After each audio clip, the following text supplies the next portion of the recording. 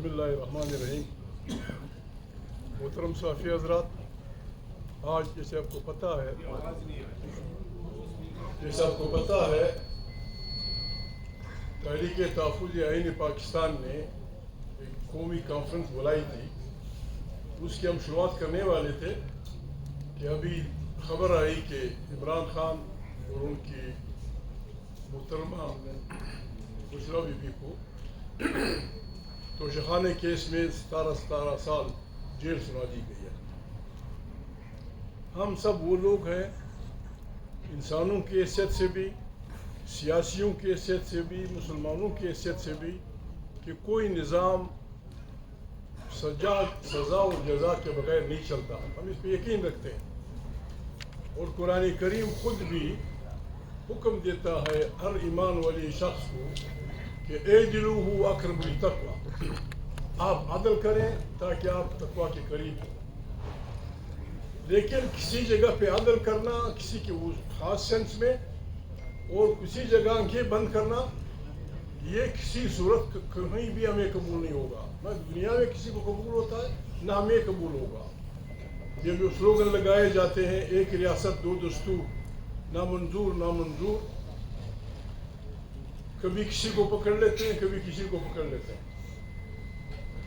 دنیا کو پتہ ہے، ہمارے ججز کو پتہ ہے، ہمارے جوڈیشری کو پتہ ہے کہ ایک ایک ووٹ لینے پہ 70 کروڑ روپے دیے گئے. ایک ووٹ. مجھے یہ صحیح فگر کا پتہ نہیں ہے کہ توشخانہ کیس میں کتنے روپے کا الزام تھا.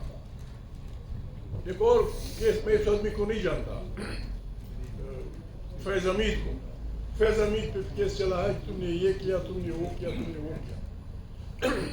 میں مجبور ہوں، یہ جو الیکشن ہوا اس کو ایک وردی پوش جرنیل نے مینیپولیٹ کیا. حسن جان میرے بھائی بیٹھے ہوئے ہیں، میرے دائیں سارے لوگ بیٹھے ہیں. فیصل نصیر اس کا نام ہے. اربوں روپے، میں واضح اعلان کرتا ہوں، اربوں روپے اس وہاں دیے اور لیے گئے. یہ چوز کے انصاف لگانے، یہ پاکستان کی بربادی ہوگی. عمران خان بشرا بی بی پہ اس کیس کا لگانا اور یہاں نام لینا جرم ہے، نام لینا بری بات ہے. کروڑوں نہیں اربوں روپے کی چوریاں ہوئی ہیں. فوج بھی جانتی ہے، ججز بھی جانتے ہیں، ہمارے اینٹی کرپشن کے ادارے بھی جانتے ہیں. ابھی الیکشن میں سینیٹ میں ایک آدمی نے کھڑے ہو کے کہا، بابا میں نے کسی پارٹی کی خلاف ورزی نہیں کی، میں تو اپنی سیٹ اتنے کروڑ روپے میں خرید چکا تھا. اینٹی کرپشن نے بھی سنا، فوجیوں نے بھی سنا، عدالتوں نے بھی سنا. کسی نے نہیں پوچھا کہ جناب اتنے کروڑ آپ کے پاس کہاں آئے، اور پھر خدا نخواستہ آپ نے وہ اختر جان اور محمود کو کیسے دیے، انہوں نے کیسے قبول کیے. اس قسم کا انصاف اگر آپ وقت جو بھی ہمارے حکمران ہوتے ہیں ان کا ساتھ دیتے ہیں، خدا نخواستہ پھر یہ آزادی ہے. لوگوں کے گھروں میں گھسو، ڈاکے ڈالو، سڑکیں بند کرو، انسانوں کو اغوا کرو، آپ کو کوئی پوچھنے والا نہیں ہوگا. آپ اپنا ضمیر بیچیں، دوسروں کا ضمیر خریدیں، آپ اچھے پاکستانی ہیں. اور اگر آپ حکومت وقت کے مخالف ہیں اس بنیاد پہ کہ آپ کی حکومت غیر آئینی ہے، غیر جمہوری ہے، غلط ہے، آپ کو دنیا جان کی سزائیں دی جائیں گی. وی کنڈم اٹ. ہم اسے بدترین الفاظ میں کنڈم کرتے ہیں. انصاف ہوگا اے ٹو زیڈ ہر آدمی کا ہوگا، فوجی کا بھی ہوگا، جرنیل کا بھی ہوگا، جج کا بھی ہوگا، غریب آدمی کا بھی ہوگا، فلانا کا بھی ہوگا. صرف ان کا احتساب کرنا، احتساب کے نام پہ ان لوگوں کو تنگ کرنا جو حق کی بات کرتے ہیں، جو الیجیٹمیسی کے خلاف کھڑے ہوتے ہیں، جو جمہوریت کے خلاف کھڑے ہوتے ہیں. عمران خان، خدا نخواستہ ان کی بیگم صاحبہ، میں باتیں نہیں کرنا چاہتا، آپ نے جو کچھ کیا اس میں. عمران خان اتنا برا آدمی تھا، آپ نے اسے پرائم منسٹر کیوں بنایا؟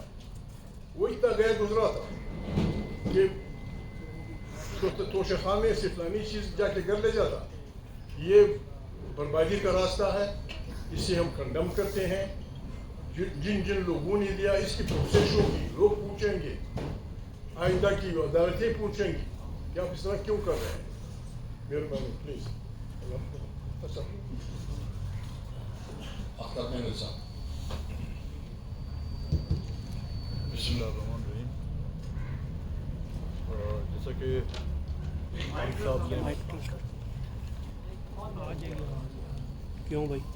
خان صاحب نے بڑی وضاحت اور تفصیل کے ساتھ جو آج فیصلہ سنایا گیا ہے اس کے بارے میں تفصیلی نقطہ نظر پیش کیا. میں یہی کہنا چاہوں گا کہ اس ملک میں اگر قانون، انصاف اور آئین کی بالادستی ہوتی تو شاید ہی ہم یہاں پہ نہ بیٹھے. اور یہ بدقسمتی رہی اس ملک کی کہ انصاف ان کو مہیا کیا جاتا ہے جو اقتدار میں ہوتا ہے. آئین ان کے لیے بنایا جاتا ہے جو طاقتور ہوتے ہیں. آئین کی بالادستی کی بات وہ کرتے ہیں جو ہمیشہ ظلم اور جبر کا شکار رہتے ہیں. اس ملک میں نہ پہلے کبھی انصاف مہیا کیے گئے اور نہ ہی مجھے لگتا ہے کہ آئندہ بھی اس ملک میں لوگوں کو صحیح معنی میں انصاف مہیا کیا جائے گا.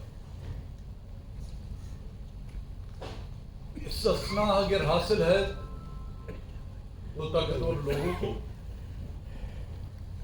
استثناء اگر حاصل ہے جس کے ہاتھ میں بندوق ہو یا جس کے ہاتھ میں ڈنڈا ہو.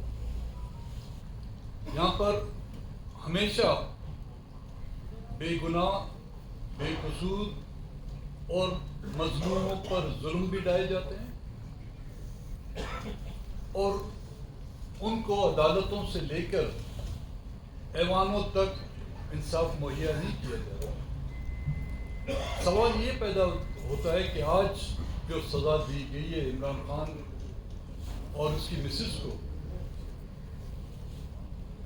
توشہ خانہ کیس میں، کیا توشہ خانہ کا ایک یہی واقعہ ہے؟ اس ملک میں برسر اقتدار رہنے والے صدور، وزراء اعظم، بڑے بڑے عہدیدار، کیا انہوں نے توشہ خانہ سے کوئی مفادات حاصل، فائدے حاصل نہیں کیے؟ یہ تو آج سے 2 سال یا 3 سال پہلے کے کیسز میں جو اس کو سزا دی گئی. 1947 سے لے کر آج دن تک جو کچھ اس ملک کے ساتھ ہوا، آئین کی پامالی، آئین کو توڑنا، ملک کو دو لخت کرنا، ان کو کتنی سزائیں ہوئی ہیں؟ کسی ایک کے سر کا بال بیگا کیا گیا ہے؟ نہیں. تو اس کا مطلب آئین توڑنا جرم نہیں، قانون توڑنا جرم نہیں، ناانصافیاں کرنا